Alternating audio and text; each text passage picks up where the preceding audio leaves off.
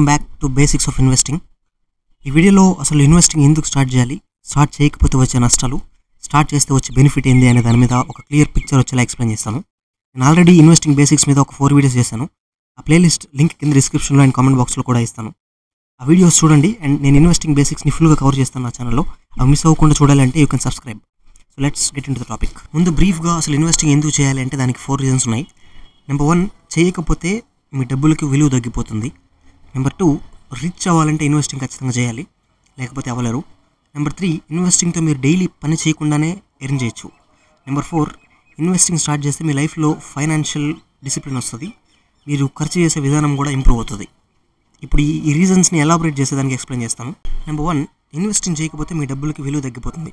Yes, ఎలా అంటే just imagine మీరు ₹1,00,000 మీ ఇంట్లో దాచిపెట్టారనుకోండి, వాటిని మీరు ఖర్చు చేయకుండా ఉంచుతున్నారు. ఈరోజు మార్కెట్లో ₹100కి వచ్చే వస్తువు ఒక 2 years తర్వాత ₹105 అయిపోతుంది. దాన్ని ఇంగ్లీష్లో ఇన్ఫ్లేషన్ అంటారు, తెలుగులో ద్రవ్యోల్బణం అంటారు. ఒక్క వస్తువే కాదు, ఆల్మోస్ట్ అన్ని వస్తువులు ఆర్ సర్వీసెస్ అన్నీ ఎంతో కొంత రేట్లు పెరిగిపోతాయి. అంటే ఆ ₹1,00,000 మీరు ఈరోజు ఎన్ని వస్తువులు ఆర్ సర్వీసెస్ అయితే కొనగలుగుతారో ఒక 2 years తర్వాత కొనలేరు. ఆ ₹1,00,000కి ఉండే పర్చేసింగ్ పవర్ తగ్గిపోతుంది, ఎందుకంటే వస్తువుల రేట్లు పెరిగిపోతున్నాయి. కానీ మీ ₹1,00,000 ఎలా అయితే ఉన్నాయో అలాగే ఉన్నాయి, వాటి విలువ అయితే పెరగట్లేదు. ఆ ₹1,00,000 కూడా పెరిగి ఉండాలి అంటే మీరు వాటిని ఇంట్లో పెట్టకుండా ఇన్వెస్ట్ చేసి ఉండాలి. ఇన్వెస్టింగ్ ఎందులో చేస్తారనేది మీ ఇష్టం. Stocks, bonds, debentures, mutual funds, options, futures, real estate, ETFs, లేదంటే బ్యాంక్లో ఫిక్స్డ్ డిపాజిట్, ఎనీథింగ్ ఎక్కడైనా చేయొచ్చు. లెట్స్ సే మీరు బ్యాంక్లో ఫిక్స్డ్ డిపాజిట్ చేశారనుకోండి. ఫిక్స్డ్ డిపాజిట్ అంటే ఇంట్రెస్ట్ అనేది ఫిక్స్డ్, టైం కూడా ఫిక్స్డ్. స్టాక్స్లో లాగా కిందికి పైకి పోయేది ఉండదు, లాస్ ఉండదు, అలానే మరీ ఎక్కువ ప్రాఫిట్ కూడా ఉండదు. లెట్స్ ఇమాజిన్ మీరు ఇన్వెస్ట్ చేసిన బ్యాంకు 7% ఇంట్రెస్ట్ ఇచ్చింది అనుకోండి 2 yearsకి. ఫస్ట్ ఇయర్ తర్వాత అది 1,07,000 అవుద్ది. సెకండ్ ఇయర్ తర్వాత ఈ 1,07,000లో 7% ఎంత అంటే ₹7,490, ₹7,490.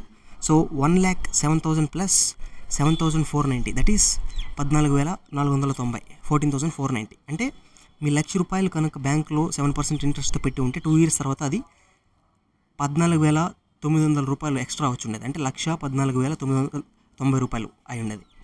అదే ఆ ₹1,00,000 ఇంట్లో ఉంటే జస్ట్ ఆ ₹1,00,000 అలాగే ఉండేది. సో మీకు అవసరమైనంత వరకు ఇంట్లో పెట్టి రిమైనింగ్ ఇన్వెస్ట్ చేయాలి, లేకపోతే వాటి విలువ తగ్గిపోతుంది. బ్యాంక్లో కాకుండా మ్యూచువల్ ఫండ్స్లో ఇన్వెస్ట్ చేస్తే 7% కంటే ఎక్కువ, అంటే 10%, 12% రిటర్న్ వస్తుంది.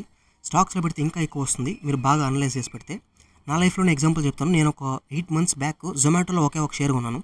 నేను స్టూడెంట్ కాబట్టి నా దగ్గర మనీ ఉండదు, ఇంట్లో వాళ్ళు ఇచ్చే మనీతో ఒక షేర్ కొన్నాను. నేను కొన్నప్పుడు ఆ షేర్ ₹68 ఉండింది, ఇప్పుడు ₹126 అయింది. అంటే దగ్గర డబుల్ అయింది. ఫుల్గా కాదు, కంప్లీట్గా కాదు, దగ్గర డబుల్ అయింది. అంటే నా రిటర్న్ 8 monthsకి 86%.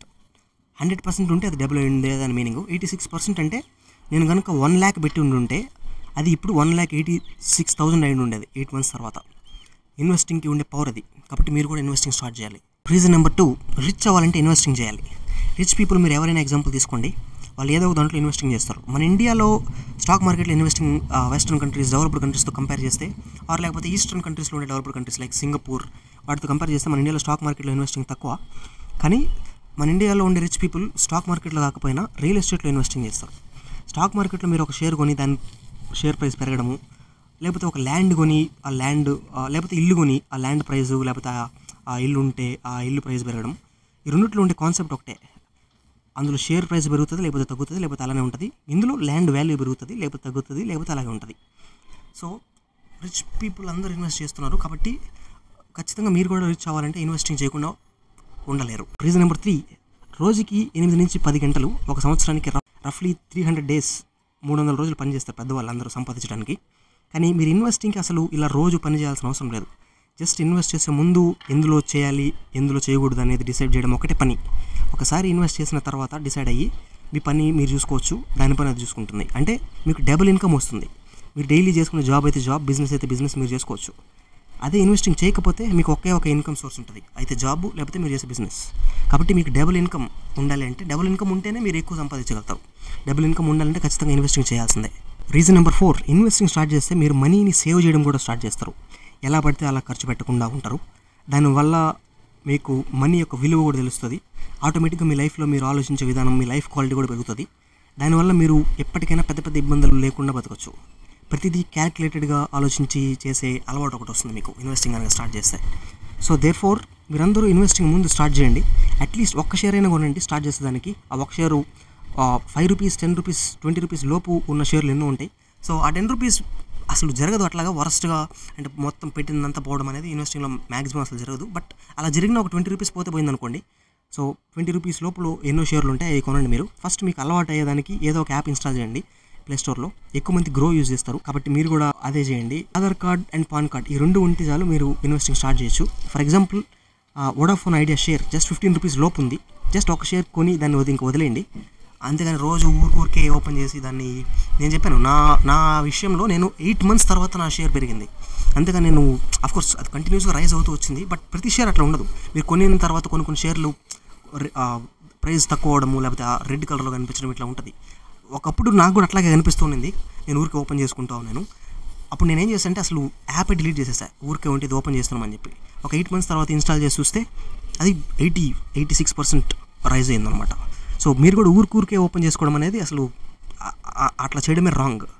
ఎందుకు అనేది నేను నెక్స్ట్ వీడియోస్లో చెప్తాను. The important thing is to start first. తర్వాత చిన్నగా ఒకటి నేర్చుకోవచ్చు. ఈ వీడియోకి కంటిన్యూషన్ నేను చాలా వీడియోస్ చేస్తాను. So keep coming back to my channel. So you have to subscribe. Thanks for watching. Until then, keep learning.